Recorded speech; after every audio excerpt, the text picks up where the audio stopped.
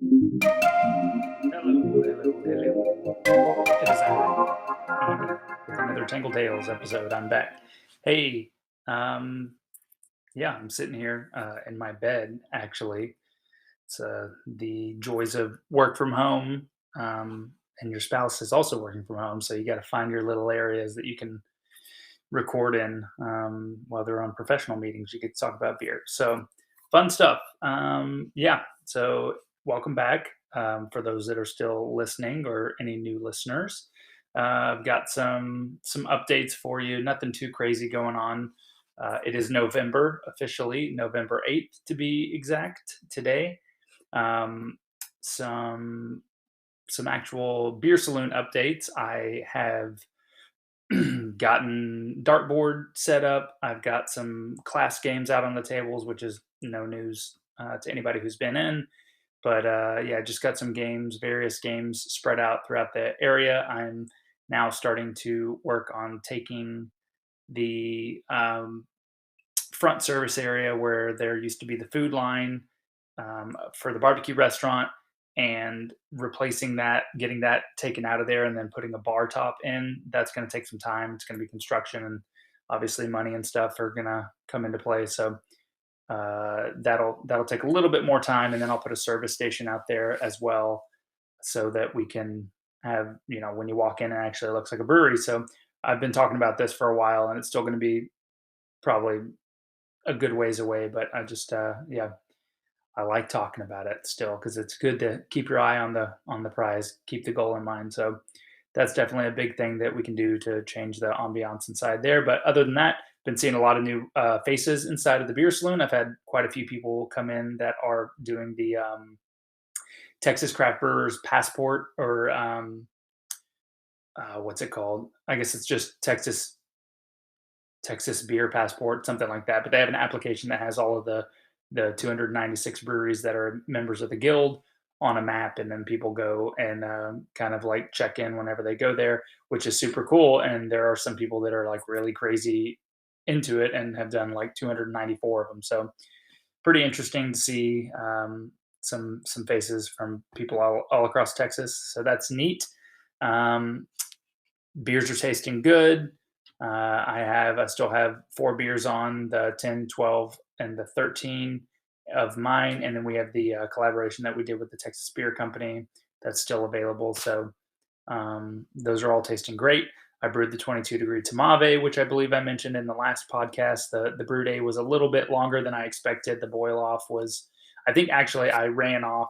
I collected too much wort in my kettle than I was anticipating, and the boil off was just taking much longer. So instead of like a 2.5 to 3 hour boil, it was like a 4 hour boil, which seems that is very long. But for these like big, thick, stout, high gravity brews, they're usually in extended boil anyways. So yeah, but ended up knocking out about 2 barrels of 22-degree Tamave. I've got some labels that I have. They're not completely ordered yet, but I have the artwork done, sent in. I'm just waiting to pull the trigger on that.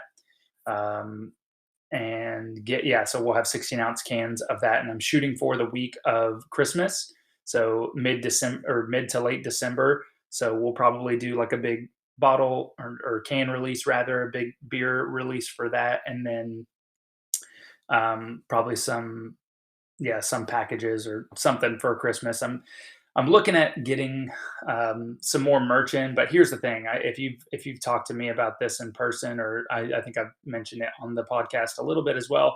But the merch game is kind of whack right now, and it kind of always has been. But right now, everything's like pretty expensive, and just with shipping delays and manufacturing stuff that's a carryover from COVID, it just makes all that stuff kind of a pain. But as I get more and more into this kind of this real small brewery setup, buying merch and holding on to merch inventory is a huge pain point for a small brewery like this, just because so much money gets tied up into it, and the minimums for pretty much any merch item are going to be like 20 to 40 pieces, which it's ends up, no matter what the merch item is going to be hundreds of dollars, if not thousands of dollars. So it makes buying new merch and having it available constantly a real challenge, especially as I'm like just trying to make money and get sales through the door so that I can have, just keep cash flowing this business. So, anyways, those are my woes, not anybody else's woes, but I'm just kind of saying it out loud so that I have this documented so I can look back in a year and be like, oh, yeah, I remember when I was not carrying as much merch because I couldn't afford to buy a bunch of merch. So, anyways, but I'm looking into getting a couple of items hopefully in stock for the holiday season. So keep a lookout for that. Possibly some hats, and then maybe one or two other small things that won't be. Oh, I need to re up on shirts too. So, anyways, all that to say that hopefully new merch is coming out. So I'll have new merch and then a new beer, and we can get some people through the door and have a big event. Another thing that I've been spending quite a lot of time, at least thinking about, and then a good bit of time working on is a beer training course. So I've mentioned this to several people, but I am putting together a basically like a beer 101, a crash course, and nothing too crazy. But I want to host an event at Tanglefoot that is like, 10 to 20 people in person. And it's just $50, get a few beers and the course materials and a six pack or whatever it is, like bundle this thing up, have people come in, and then I have these materials that I've been working on and writing that basically is a consolidation of kind of basic beer info, all packed into like a 1 hour crash course. And because I mean, I feel like half of the half of the time at the beer saloon, I'm basically educating people about beer, which is awesome. Is like I kind of found out through the last year of running this business that I really enjoy like educating people about beer, from very basic, simple things to more complex, in-depth procedural things. And so I'm working on some materials for both of those, and I look to hopefully host a trial run in the next few weeks in like mid to late November. So if anybody's interested in that, keep your eyes peeled. I will be doing an in-person beer course, beer 101 crash course, whatever you want to call it. So yeah, keep your eyes peeled for that. It should be a good time for learning about beer. Even if you know a good amount about beer, my intent is that every person who attends this will walk away with more beer knowledge than they had. So that's what I look forward to doing as I continue to write the kind of the all of the documentation that I'm going to be presenting and using, and then I'll end up probably filming some stuff as well, just to kind of have some digital, um, yeah, some digital courses that can go along with it. So that'll be on the YouTube channel, I'm sure, and all that good stuff. What else? What else? Yeah, nothing too crazy. October was a decent month. Still need to get more people through the door. Oh, the barbecue. My dad and uncle, they've decided to reopen the drive-through. They shut down the snow barn for the winter because it is winter and people don't buy snow cones as often as they do in the summer. So they shut down that, which they were serving chopped beef sandwiches and sausage wraps and kind of snack stuff out of there, and they are now opening the drive-through of the barbecue restaurant so that they will do all of the food stuff through there.